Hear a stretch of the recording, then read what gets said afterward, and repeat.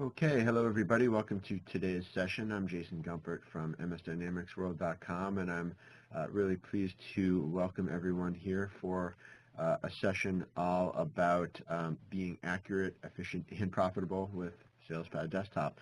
Our presenter today is Matt Greierbill from SalesPad, and it's great to have him with us. As we get started, I just want to note a couple of things. So we do welcome your questions today. Please look for the Q&A block. You should see either just to the right of the main presentation area or look for a question mark icon in the upper right of the WebEx window to enable Q&A. You can enter your questions in at any time. I know Matt will be making time at the end for those. So without any further delay, I'm going to hand things off to Matt to get us started. Well, thank you very much, and again, thank you all for joining us this afternoon. We're going to be taking a look at the SalesPad Desktop product, kind of going through an end-to-end demo. But before we do that, I just have a very brief PowerPoint presentation that'll kind of introduce you to SalesPad as a company and who we are, what we do. So just kind of starting with who we are. SalesPad has been around for 14 years, roughly. We incorporated in 2003. We were born out of a distribution environment, so one of our owners operates and continues to operate to this day a distribution company that distributes edge banding, and he was operating on GP and found himself wanting some additional operational functionality to manage customers, manage orders. So he reached out at that time to one of our other owners who is a developer, and together they built the first version of SalesPad. And it worked so well that they began to develop it further and market it. And fast forward 13, 14 years later, we've got a very comprehensive suite of products that integrate with Microsoft Dynamics GP to do anything from customer management, order entry, fulfillment, inventory management, all of that activity. And we'll kind of look at a lot of that today in the demonstration. So just SalesPad as a snapshot, who we are as a company. We've got about 100 plus employees. We are located in West Michigan in Grand Rapids. We have about a 30,000 square foot facility here that we just moved into. Well, actually, it's been about a year, I guess. So we've been here for about a year. We're very excited about it. In terms of client engagement, we're operating at about 1,200 companies, a little bit more than that now. We've got about 15,000 end users. And in terms of, community engagement, we're actively involved in the community, providing education opportunities for, interns coming out of college. And we also do a lot of outreach in terms of, blood drives and donation drives around the holidays. So we're very actively involved in the community here in West Michigan, and we're proud of that. It's something we're very proud of. In terms of the desktop product that we'll look at today, it's really meant to be a full front-end order entry, purchasing, fulfillment, inventory management solution. So we kind of consider ourselves operational ERP. So anybody that's involved in the activity of managing customers' inventory, entering orders, will find the SalesPad application very useful. As we go through the demo today, we'll look at processing complex orders and how easy we can make that. And by complex, we're talking different item types. So if you have, shirts where there's multiple sizes and colors, how do we manage that? If you have a manufactured item that's made to order, how do we go about entering that on a sales document? So we'll look at some of those complex scenarios and how easy we make that within the SalesPad. And then also, rules-driven workflow. We'll go through some scenarios of that rules-driven workflow and how we can route your sales documents once you've entered them to hit appropriate queues, send out proper notifications to kind of keep them flowing through as efficiently as possible. And that last point there, it really simplifies the lives of customer service reps. We really present a lot of information in one location whenever and wherever possible inside a SalesPad, and so it makes finding information about your customer very simple so you're not navigating to multiple screens to answer any questions. So as I mentioned, the product suite, the evolution of 14 years operating in the GP space, we've really evolved and added a lot of different modules that kind of cover the entire gambit of all of the operational requirements of your organization. So anything from warehouse management to mobile outside sales, payment processing. We also do EDI now, so we have a connector that will allow you to bring in your inbound EDI documents and transmit your outbound ASNs and things like that. We also do a little bit with manufacturing. We'll see a little bit of that today on the order entry side, but we also have some nice tools there as well. So as far as an agenda today, we're going to go through, like I said, the end-to-end process in the desktop product. And so we'll be looking at the customer lookup, how do we access customer records? Once we have that customer pulled up, what kind of insights can we gain off of the customer card outside of it within SalesPad? And then from the customer card, entering an order, we'll go through several scenarios where we're adding an item, single items, matrix types items, configured made-to-order type items, and how that looks. And then we'll go into the inventory visibility as you're doing that. So when you're looking up items, how you would access inventory inventory levels in terms of what's on hand, what's allocated, what's available, things of that nature. And then once we have that order put in, we'll push it through the workflow, and we'll kind of show a couple different scenarios where we will trigger different workflow rules that we have set up here today to kind of show you how it automatically routes and sends notifications based on different rules and criteria for the order. And then finally, we'll take a quick glance at data collection, which is actually outside of the desktop application, but this is our mobile tool that will allow you to execute fulfillment from the warehouse. So once that order is in, it's pushed out through your workflow. It hits the warehouse queue. How would you actually pick those items and complete the fulfillment to kind of close the loop on the order process? So we'll take a look at that as well. And actually, it's not a bullet point on here, but we also have some pretty robust reporting functionality, and so we'll circle back to that at the end just to show you how as you're doing all these orders and processing them, how we can kind of aggregate that data for you and make it very easy to run ad hoc sales reports, as well as view dashboards for different KPIs that you may want to monitor, as well as any kind of customized grid reports that you may want as well. So we'll look at those three different types of reports to kind of close up. So with that, we'll jump into the demo. I'm going to bring over the SalesPad Desktop application. And we should see that on the screen now. And the first thing that I have up is the customer search grid. But before I jump into that, just a couple notes about the basic layout and the integration back to Dynamics GP. So this is writing in real time back and forth with Dynamics GP. So there's no additional syncing. Anytime you enter a new customer in SalesPad, it's immediately recognized in GP. Anytime you enter something in GP, it's immediately recognized in SalesPad. So all of the activity, all of the records that you're going to see me access today are real time back and forth between the two systems because we're leveraging that single database. Also, just in terms of the basic layout of the application, so it's built around a .NET framework, so the navigation should be pretty intuitive if you're familiar with Microsoft products, Word, Excel. We've got the navigation ribbon at the top, and when you select an option, you've got the drop-down subset of options that you can then drill in further. Also, just a quick note about the environment that you're seeing today. So I have this kind of set up as a power user where all of the different bells and whistles are turned on. But typically, the end user would have a pared back version of this where it's just kind of showing the applications and modules and touch points that they would actually want to access on a daily basis to perform their duty. So.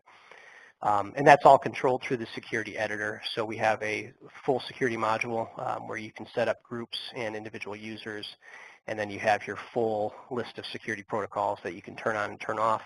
This can be sorted very quickly through our auto filter row. So if you know it's a sales-related security that you want to turn on, for example, you can filter that down as such and turn that on or off. So getting into kind of the demo here. So we've got the customer search tab opened up to start. And one of the things that we do in SalesPad is we try to make finding records very simple. So anytime you pull up a list, whether it be customers, vendors, items, sales documents, purchase orders, they're all going to display on a grid that will look like this.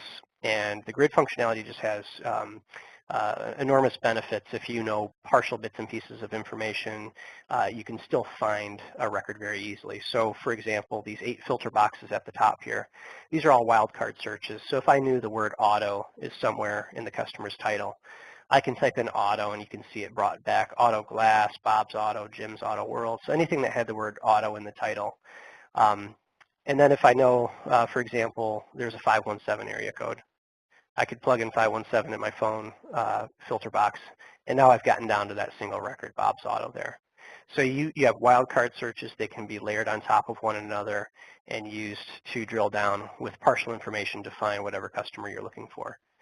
We also have what we call the auto filter row, which is this row above each of these columns, and you can use this to drill down through the information very quickly and efficiently. So I can plug in maybe 123 Main Street, maybe I know it's the state of Washington, and then maybe I know 989 area code for the phone number, and now I've gotten down to that record there. So you can quickly drill through with the auto filter row as well. Another thing that we do inside of SalesPad is we give you unlimited user-defined fields for every business object. So if you have additional attributes or information that you want to track related to your customers, your items, your vendors, sales documents, POs, whatever the case may be, you can set up user-defined fields to track that. And those could be check boxes, they could be text entry boxes, they could be images, links to other data, whatever you want. And we give you access to those user-defined fields through a tool we call Column Chooser. So if you right-click on the column header of any grid that you have open, you can select Column Chooser, and that will bring up the additional fields that you have set up. Now, some of these might be standard fields that you just don't have displayed from the GP database. Others might be true user-defined fields. Like, for example, I have one set up here for sales channel where I can see, how did this customer come to me? Was it a direct mail effort? Was it an email campaign? Whatever the case may be, I can actually track the channel that they came to me from for my marketing efforts. Now, anytime you want to get rid of any of these additional fields that you've dropped in, you can simply drop and drag them off. You can also rearrange these. So if maybe you start your process by identifying and verifying the customer with the zip code, you might want to put zip code all the way to the left. Any change that you make to the grid layout is only reflected on your user interface, so you're not changing any kind of global settings for other users. There's some additional options here. You'll always see this little orange caret in the upper left-hand corner, and if you hit that, there's a drop-down to export to Excel. You can print. You can restore default layouts. So there's just some additional options on every grid. I kind of like the print function. So if you're maybe a sales rep, you want to bring in your sales rep user field here, filter down by your rep ID, and then grab a quick print of this. All of your customers that you've been assigned. It's very simple to do that inside of SalesPad. So with that, we'll jump into an actual customer card now. So I'm going to go into Aaron Fitz Electrical as my test customer. And when I open up Aaron Fitz customer card, a couple things I want to point out. So the first thing is that pop-up note. So if you do want pop-up notes turned on, that's a setting that you can turn on. And here you can see I've got a note here. Bob just bought a new bass boat. Make sure you ask about him. So if you have those little personal touch notes or anything that you want the CSR, the sales rep to have pop open on them right away, you can turn those on. The other thing I want to point out is the customer card actually opens up on a new tab, and SalesPad is built around this sort of tabular layout so that if you need to have multiple customer records opened at the same time, you can do that and toggle back and forth between those records very easily. So there's Aaron Fitz, there's Adam Park. I can have both open at the same time and easily toggle back and forth. So now that I have the customer card open, another big concept in SalesPad, so far we talked about easily finding records with the search grid functionality, the benefits of user-defined fields to track all of those additional attributes. But now another concept in SalesPad is that we try to bring an enormous amount of information to the surface and present it in one location whenever and wherever possible. And nowhere is that going to be more evident than on the customer card. So I'd like to kind of dissect this into three sections to kind of show you what you're looking at here. So first section in the upper left-hand corner, this is typically your properties, so price level, payment terms, customer class, who's their rep, that sort of thing. Now, in SalesPad, we've also built in a number of tool tips. So you can do things like when you're in the property section, hover the mouse over the customer number, and you can see a snapshot of the last 4 years of revenue, cost, margin, freight revenue, and freight cost. So if you want to, as a customer service rep or inside sales team member, if you just want to get a quick pulse on how active the customer's been, all you need to do is hover the mouse over the customer number.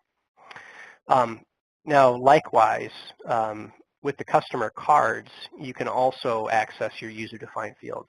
Now, typically, this type of activity on the card level would be done by an admin, and they would just have the appropriate fields visible for the end user. But I just wanted to point out that in addition to accessing the user fields from the search grids, you can also bring those fields in and customize the actual cards themselves. Now, the next section here is the open sales document window. So what we're looking at here is every open sales document for this particular customer. So this could be a quote that hasn't converted to an order that we haven't converted to an invoice that hasn't been posted. So all of those are going to be visible here. And just like that customer search grid, I have that same search grid functionality. So if I want to filter down to invoice, and maybe I want to tab over, and maybe I know a particular date that the invoice was done on. So now I'm using a filter on invoice, doc date, and I've gotten down to that invoice number. And I can actually open that invoice on a new tab, and that will open up in the background here to see the line item detail, pricing info, all of that.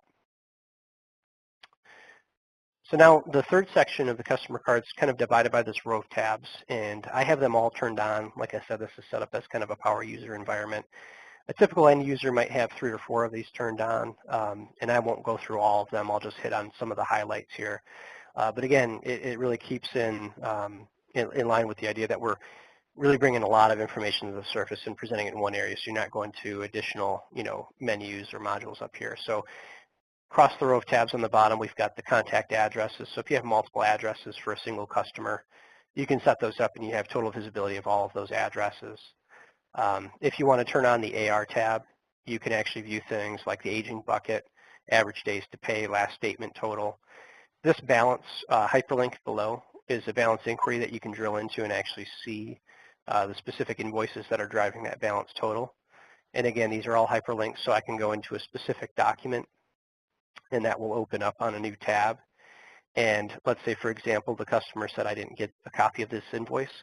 I can actually go in, select a printed form, we'll just do an invoice, and I can email this directly from within SalesPad.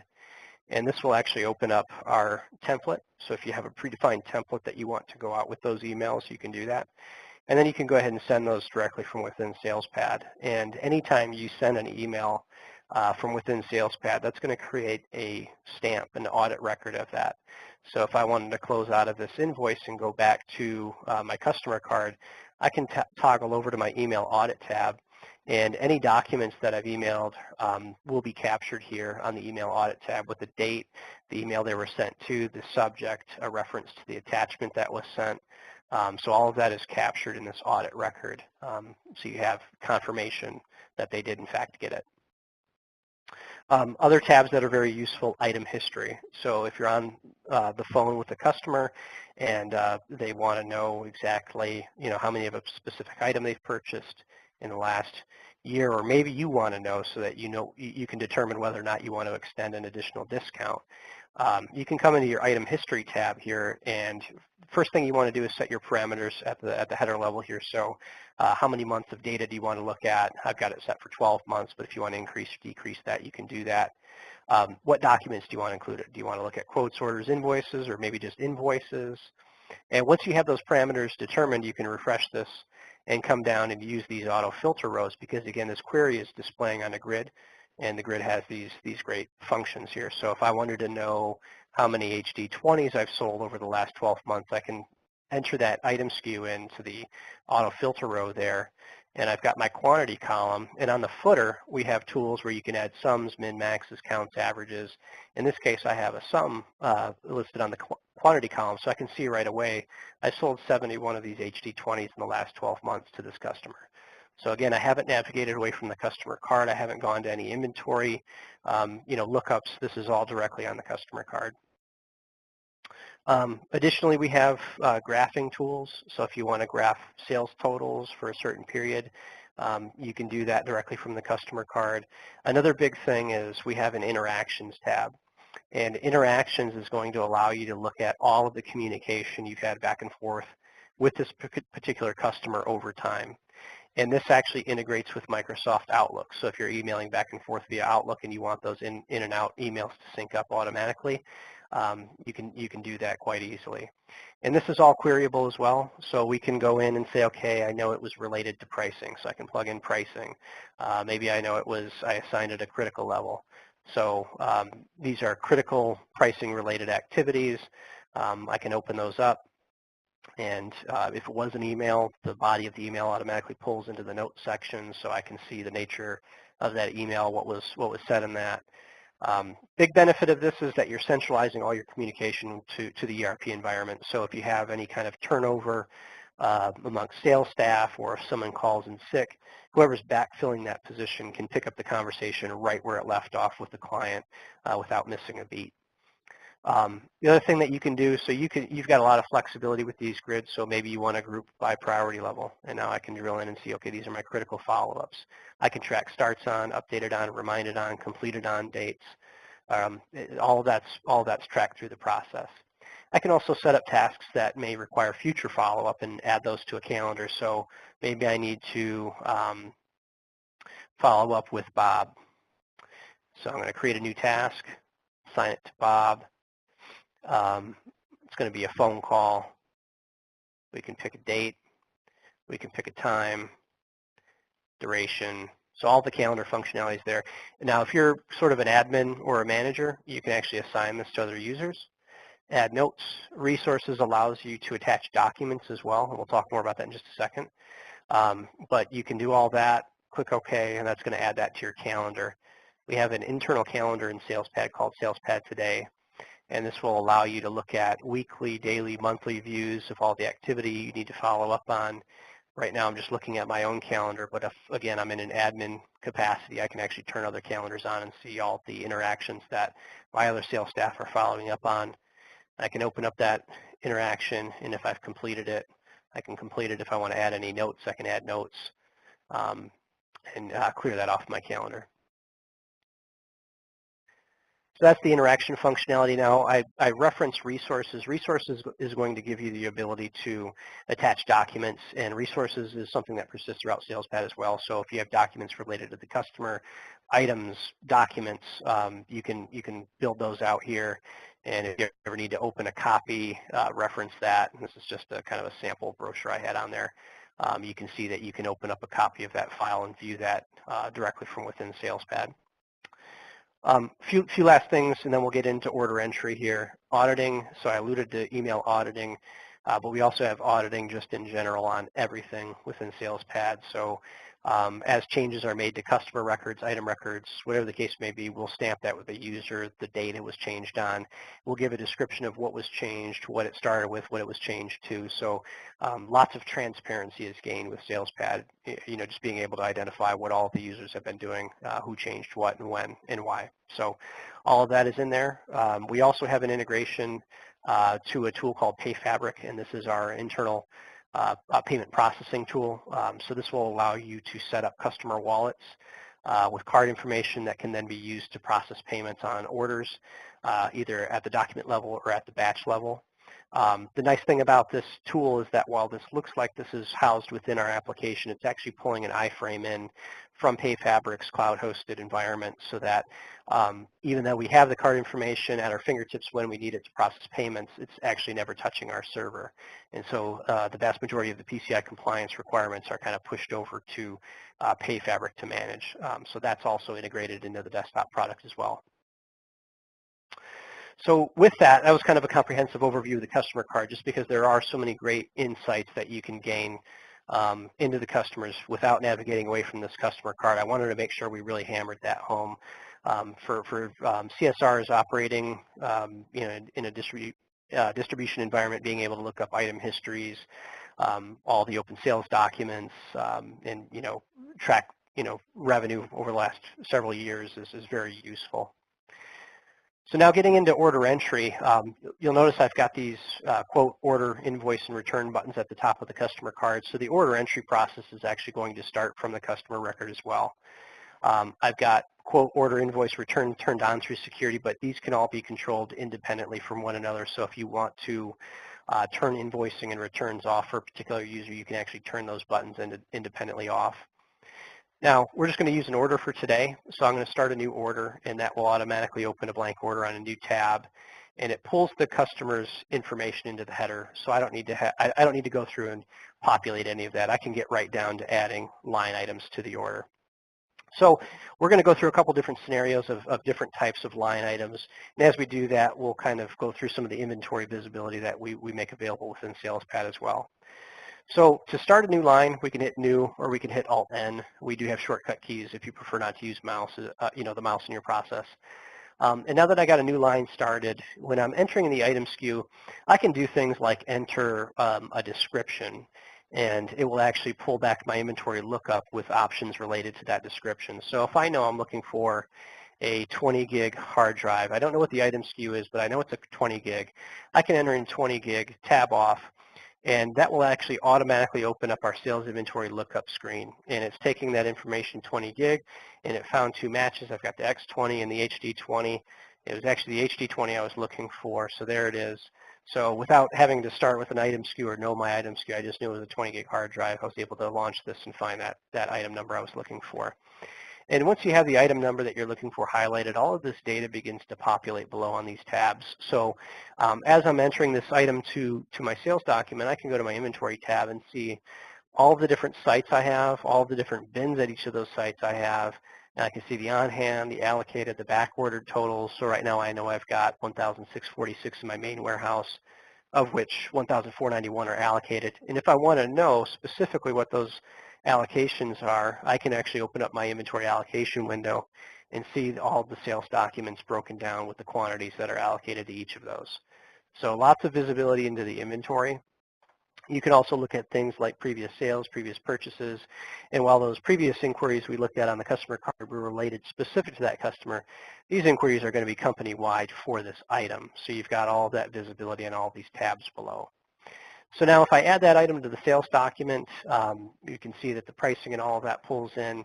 And I can do things like hover over the item. Again, getting back to the tooltips we built in the SalesPad, here's another one. I can hover over the item number and I can see the cost, I can see the price, and I can see my margin based on those two values. So we've got tooltips on the sales line item level as well. Again, the on-hand quantity comes over as well. So you also, as you're building your sales document, you can quickly at a glance reference back what your on-hand and available totals were for that item. So now let's say we have another item that's a little bit more complex. There's colors and sizing options, and the customer may want several of each. Maybe it's a large bulk order for a school with, mascot logos or something like that on it, and we need to quickly go through and add those to the sales document. Rather than going back and forth between that lookup and finding all those sizes and color options, we actually have a item matrix option where you can type in the main item number, and I'll just enter it in because I happen to know this one. But I'll enter that in, and instead of, oops, that was not the right item, sorry. There we go. So instead of going back and forth and finding the exact items, when I enter in the SKU, it actually loads up my matrix sales entry. And this is going to show me a grid with my size options, my color options for that item. And from here, I can simply go through and add whichever sizes and colors I want. So maybe I want, a small black. Maybe I want extra large, and maybe 2 of these in extra large. So 5 shirts all together. So you can see that once I got, or 5 shirts, but 3 different styles in colors and sizes. So once I got through that process, you can see that the items were added automatically based on the quantities and the sizes and colors that I wanted. So rather than going back and forth between my inventory lookup, I just plugged in the quantities of each shirt I wanted, and it automatically pulled back the correct item for that size color combo. So that's another nice tool we have for more complex scenarios. Another thing that we have is if you're in a made-to-order manufacturing environment and you have products that can be configured by the customer, we do have a sales line configurator that actually integrates with distribution BOMs as well as manufacturing BOMs. And so similar to the matrix, you're going to enter your root base number, and when you do that, rather than the matrix loading, it's now loading the configurator, so we can actually go in and say, okay, this is a motorcycle clutch example, and the customer has options. They can pick, your friction plates, clutch plates, pressure plates, pinion gears, bearing supports, all these items. And so based on the attributes that the customer chooses, it's actually going to create a unique item SKU, build a bill of materials, and actually, if you're in manufacturing, it will associate a routing with it. So as we go through this process, we can pick our friction plate material. It's actually adding the item associated with that option into the BOM. It's creating our unique item SKU. I can go in, pick my clutch spring again, adding item SKUs, extending the item number. Now, we can also build in qualification questions. So in this case, we need to know the max torque for the customer. And if they say, it's 150 foot-pounds, okay, great, that's acceptable. But if they told us, 300 foot-pounds, maybe that's too much power and this clutch isn't going to work. So you can not only, build the BOM and the configuration on the fly, you can also qualify it that it's the correct application for the customer. So that's kind of a nice feature if you have complex scenarios, complex products, rather than relying on the expertise of the sales staff. You can build that expertise into this order entry process so that you're relying on a process rather than a person. So that's just kind of a nice little feature, and we can add that in. We can also do indented, subcategories. So in this case, we have an outer bearing support, and if they do want that, there's another option that they can choose between bearing choices. And once we get through that process, we can go ahead and add and close that. And so now it's going to pull in, rather than 3700, that original item I had entered on the line item, it's adding this configured string code, which represents all the attributes that the customer chose. It's got a bill of materials associated with it. It's dynamically linked it to a routing, and it's pulled in my configured price based on all those options the customer wanted. So those were three examples of different items. We had first the HD20, which highlighted the flexibility of inventory lookup. We can start with a description to find the item, but this is just kind of a single item that we distribute. The next one was a scenario where we had size and color options, and rather than going back and forth between the lookup to add all of those, we just loaded the matrix and just plugged in our quantities, and the items were added. And then the third one that we looked at was the configuration process, where if you're in a light manufacturing environment, you have made-to-order products, you can do that as well and add those to your document. I'm going to go ahead and close out of that, and I'm going to start a new order here. And we'll complete the order, and we'll actually transition into workflow and kind of show you some rules-based scenarios that we can work out. So I'm going to add the HD20 here again, so that'll be the first line item. And again, we had this in stock. I'm going to add some more shirts, and this time I'll add some that are back ordered, and we'll release that to workflow and kind of show what that looks like. So I'll add one of these and maybe two of those, and we'll call that good. So I've got three line items on my sales document. I've got that first one that was the HD20. We definitely have those in stock, quantities available. This next one, however, you can see the line item highlighted orange, and that's because if you look at our on-hand availability, we have 0, so we're out of stock of that. This next one, we're okay. We do have some stock of that, but this one right here, we're actually out of stock. So the first workflow example I'm going to show is how we can help to sort of manage back order situations and how we can route the order to facilitate that. So I'm going to go ahead and force the back order on this. I'm going to save this, and we'll see a document number assigned to it in just a second here, and then I'm going to release this to my workflow. So we've got order number 500582 generated, and again, like I said, this is directly integrated with GP, so that document is immediately recognized in the GP side as well. Now you'll notice I've got this button labeled release up in the upper right hand corner. So I'm going to release that, and when I do that, I've actually got a workflow rule that says, hey, look for back orders, and if so, let's split that document. And so that's exactly what's happening here. We've got the two items that we have in stock, and it's recommending that I move that to a .1 version of that order. And it's saying that this other item here that I was out of stock on, let's move that to a .2 version, but we'll keep that same number string so it's easier to kind of reference. But we'll just add that suffix to it and split that document. If I want to go ahead and confirm that split, I'll just hit OK on that, and then we're going to get a message that said, okay, we're going to move the .1 to picking because you had those items. So let's move that to picking. The .2, the back-ordered item, let's move that to the back-order queue so that our procurement staff can take action on that. So I'll hit OK on that, and then we pick up visibility of that movement through a tool we call Sales Monitor. And so Sales Monitor allows you to define the different stages in your fulfillment process. This is just an example you're looking at. You get to pick how many queues there should be, what they should be called, the rules that will intertwine to route the orders accordingly, the plugins that will interact with it. All of that is built out by the end user. So this is just the example I'm using today. So these are the different stages. The count, this is showing me how many orders are in each stage at this given time. The total is showing me the dollar value that those orders represent. And then if I scroll over here to the right, this is actually the detailed breakdown of those orders within each one of those stages. So these are my new orders. These are in review. These are on back order. These are in production picking. So if I go into my picking, for example, there's that order number 500582.1 automatically moved into my picking queue because it identified that these two items on the order I have stock of. Now the other item that I was out of stock of, that moved to a .2 version of that order, and that's in my back order queue now. And so now that it's in my back order queue, it's separated. I also have a purchase button now activated where I can actually do a SOP to POP link directly from the sales document. So I can create this PO and save that, and that will generate a PO number, so PO 2915.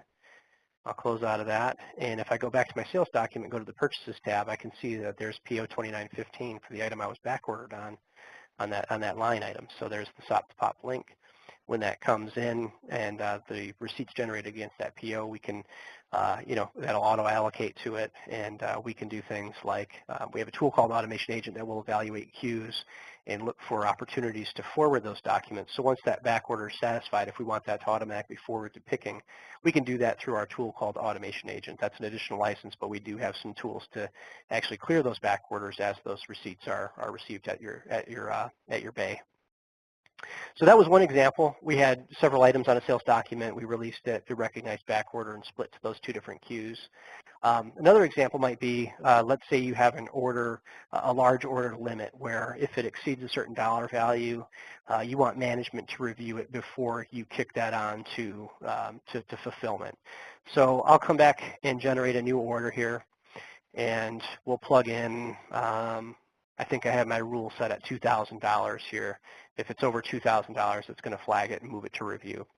So when I save this document and release it, it's going to go into a review queue. So we can see that my large order rule was evaluated, and because that was evaluated to be true, it's moving it to review. So again, I could go back to my sales monitor and go into my review queue, and there's order number 500583 in the review queue for management to look at and make sure they approve before it goes to fulfillment. Now, as these documents are moving from queue to queue, you can also trigger emails and notifications, text messages to different parties. So you've got lots of flexibility there. And actually in my environment here, we have a, let's see here, pull up the email here. I actually have, I'm set up as the customer on the sample customer that I'm using. So we can see that order 500583 automatically went out as an email with a copy of that order attached as a PDF file. So notifications could automatically be triggered. All of that is visible.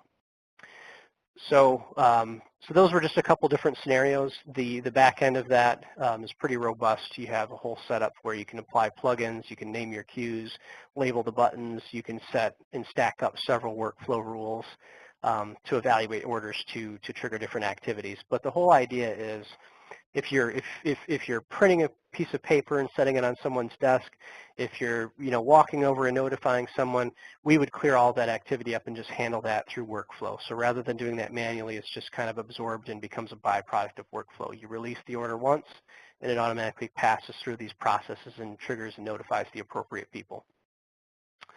So that was kind of workflow. Now, getting into the fulfillment component of this, we do have some tools that can pick that up in your warehouse, and I'll just show that very, very briefly, and then we'll kind of jump back to some of the reporting functionality. So once that hits the picking queue, if you do want to deploy mobile devices in the warehouse to actually perform the fulfillment, we have that capability as well, and I'll just show you this very briefly, like I said. And I'll bring this over onto the screen. And we should see that in just a second here.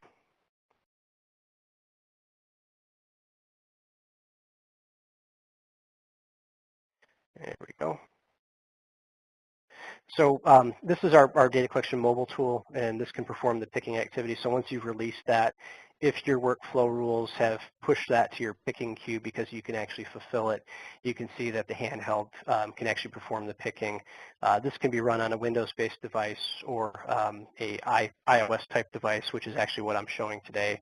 So if I wanted to go into my picking module, I can go into my document lookup, and this will show me all of the documents that are in my picking queue. So the mobile device is 100% integrated with the workflow here. So all of these documents, so you can see there's 500.582.1 that just came out. It's immediately recognized on my handheld. And I can go through and I can either scan barcodes, or I can also go into the document lookup and I can grab my items.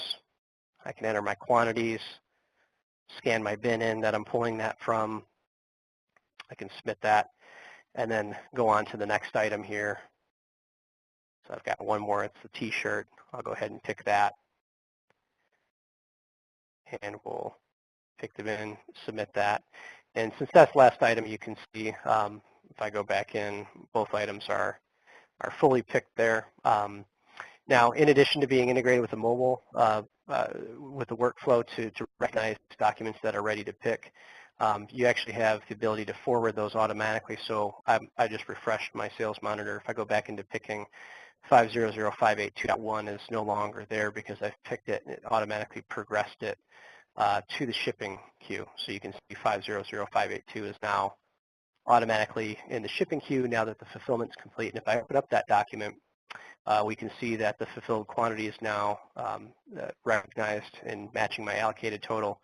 And if I go into the audit record of that sales document, all the activity that transpired on the handheld is stamped on the audit record of that sales document. So I fulfilled this item, this quantity from this bin, and then when that was done, the next item, and then after that, data collection forwarded that from picking to shipping. So I just wanted to show that briefly because we do have handheld and mobile options that are integrated with the workflow. So as you release that and those documents progress to a pick type queue, you can leverage the handhelds to then complete that fulfillment activity and forward them on to shipping or ready to invoice or whatever the final stage of your workflow is. So it's kind of a glimpse into the fulfillment tools that we have. Now, we'll talk briefly about reporting, and then we'll kind of reserve the last portion for the Q&A. So I want to make sure that we have some time for any questions. So reporting, we have a couple different options. The first one I'll talk about is the sales analysis tool. So this is our ad hoc reporting tool that will allow you to pull in aggregate sales data and then kind of splice and dice it however you see fit. So it works off of the date range that you load in. So I'll just back this date range up a year, and I'll remove that other one. I'll refresh this. And so when I refresh that, it's loading in the sales data for 12/6/2016 to 12/6/2017, so basically a year. I've got it broken down by sales rep, then customer, then my sales cost, profit, and margin. But if I want to change this up, maybe I don't care about sales rep, I want to pull that off. It's automatically going to resort that data by customer. Now let's say I want customer, but I want that broken down by the item numbers they purchased. Well, I can do that just by dropping the item number column down there. Now if I want to take that a step further and maybe do a year-over-year comparison, I can add in another date range here and actually look at 2 years at the same time. So I'll add that in, refresh. Now I'm looking at 2 years of data. And I also have options to do percentage change. So if I want to do percentage change, I can add that column in. And there you can see year-over-year percentage change broken down by customer and the items that they purchased. So pretty powerful tools that are very quick to generate. And then you can do things like export that to Excel for further manipulation, or you can save layouts if you think that this layout you've got is something that you're going to go back to from time to time. So lots of options there with the ad hoc reporting tool. Additionally, we have a dashboard tool. I kind of talked a little bit about KPIs. So the KPIs are just really nice visual reports that you can do. These are just a couple that I have set up in my environment, but these are kind of a blank canvas. You can design them however you want. This is a top customer report, so I've got a bar graph here with a hover over feature where I can kind of see the different sales totals. We can also do things like heat maps too. So this is a heat map where you can hover over the state and get the quick sales sum. It kind of uses this color coding to indicate where you're warmest in terms of sales levels, so you can kind of at a glance see where you're performing better than other areas. So we can do things like that. So that's kind of our dashboard reports. And then the last report option that we have is something called quick reports. And again, these can be set up and custom tailored to really report whatever you want. This happens to be a cost gross margin by sales rep report. And I can do things like come in and maybe I want to look at Greg's numbers. I can filter down to Greg. Maybe I just want invoices. I can plug in just invoices, and then I can do, the summation total boxes at the bottom here, so I can see cost, total, profit, gross margin there. These can be exported or exported to a specific template you can print. And this is just an example. This is completely configurable to suit whatever kind of report you want to pull up and look at here. So there's lots of options. Again, it's kind of a blank canvas that you can configure to suit whatever you want. So those are the reporting options: the sales analysis ad hoc report, the dashboard for KPIs, and then the grid report for more kind of Excel-based reports that kind of look at multiple tables within the database and bring them together. So so that was kind of the demo. We went through customer lookup, customer card, order entry, looked at several different item types that we might be looking for to add to a sales document. Once we had those added, we pushed those out through workflow, looked at a couple different workflow rules, the back order splitting example, the large order example, moving into the management review. The order that did progress to picking, we looked at some fulfillment possibilities with our data collection mobile tool. Kind of looked at that briefly just to see how that would work.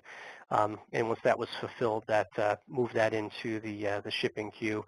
And then we circled back just now and looked at the reporting options where we had those three different possibilities. So with that, just a couple quick notes. Next steps, after this webinar, you will receive an email. We'll have a fact sheet there. If there's any interest in anything you saw today, I would encourage you to contact us. We have a Find Your Sales Rep map where you can identify who would be the most appropriate to reach out to for further questions. And then we also have SalesPad.com/desktop that's going to show you all the different functions and more information on what you saw today. And then there's our contact information, and I'll hand things back for a little Q&A. All right, thank you, Matt. So please do enter your questions now if you haven't yet. I see a few that have come in, and we will get right to them now. So the first question does go back a few minutes. Matt is asking about the AR tab. Does it show non-SalesPad entered balances? For example, this person asks, I did a finance charge process in GP. However, I would like to be able to determine what is the money due from the customer in the SalesPad AR table. Yes, I'm not sure I quite follow that. So just balances that weren't necessarily SOP orders. There was just additional charges that you applied in GP, and you want to make sure that those are visible in the balance inquiry? Well, I guess we can take it that way. I'm probably not the best person to clarify this one. Yeah, I guess if you wanted to have a deeper discussion on that. That's correct. I just got Yeah, we can take that offline and dig a little bit deeper into that. I just want to know a little bit more information, but yeah, we can, if you're interested, we can take that offline and answer that. Okay, next question here is just asking about pricing. How does pricing work? Is it pulling from GP? Sure. So we respect extended pricing. If end users are using extended pricing, we also respect price level pricing. So if you have, retail, different price levels, we'll respect that as well. But in addition, if you're using the price level option in GP, we have several additional tools that you can layer on top of that. So we have a group pricing tool where you can set a start and stop date for specific items tied to specific customers that applies a discount on top of the standard price level price. We also have contract pricing. We have promo pricing both for the document level, the line level. So lots of, and actually customer special pricing too that you can set up. So we will respect the base level GP pricing, but then we also have several additional tools that you can layer on top of that to account for quite a bit more complexity. Do you have to have the order entry module if you want to purchase the order fulfillment piece? No, and I'm assuming the order fulfillment piece, you're talking about data collection. Data collection can actually be integrated directly to GP. You don't need the order entry. the order entry will give you a lot of benefit to the data collection product, mainly with the workflow setup where you can kind of define picking queues and have workflow rules that route them. So you get a little bit more functionality if you do have the order entry, but it's not required. You can definitely have the fulfillment piece directly integrated with GP. If I have an order with multiple items, some in stock and some that need a PO, but need to ship the order complete once the PO arrives, is there a way to allocate all items to that particular order? So if you have ship complete checked, you can kind of keep it in the holding queue until all of those outstanding items are satisfied on your SOP to POP links. Not sure if that's what you're asking, but you don't have to split it. Like I said, you can keep it all together and wait for everything to come together to allocate before you progress it to the picking queue. So, and that can be handled through a workflow rule that would just look at the ship complete checkbox and route it accordingly. Is the evaluation agent an add-on? Does it require a purchase? Yes, it's an additional license. It's Automation Agent is the product, and basically what that does is you can set up different jobs to run to evaluate your workflow queues and look for opportunities to really forward documents. So like I said, if you have a SOP to POP link that's outstanding and that document's in the back order queue, and as soon as that purchase order is received in and that allocation occurs, if you want that evaluation to take place automatically to forward that to picking, that's one of the things that Automation Agent can do. But yes, that is an additional license. Does SalesPad Desktop have to be locally installed, or can it be cloud-based? Yeah, so it's an on-prem solution. We do have, there are lots of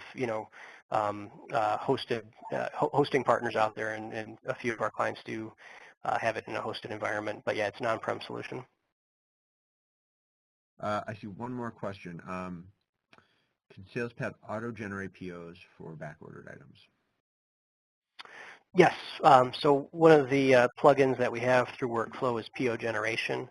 So you saw me create that SOP to POP link manually, but if you want to assign a line vendor for the backordered line and just release that to workflow, and on that release have the PO automatically generated and automatically emailed to the vendor, we can do that through our PO generation through workflow. All right. Well, we appear to be through all our questions, so I think we can begin wrapping up. Matt, thank you very much for taking the time today. Really Absolutely. Thanks, Jason.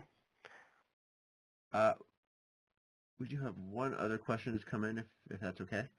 Yeah. So if an order is entered and the item isn't in stock, apologies, I'm just having trouble reading this here. Well, we'll hold this one. Maybe we can have you take it offline. It's not quite complete here. We have recorded today's event. We'll be making that available, and I think we'll be providing additional information on SalesPad Desktop. Thank you to everyone for your questions, for submitting so many of them. That was really much appreciated, too. And Matt, I think with that, we are ready to wrap up. All right. Thanks, everyone. With that, we'll conclude the event. Have a great day, everybody.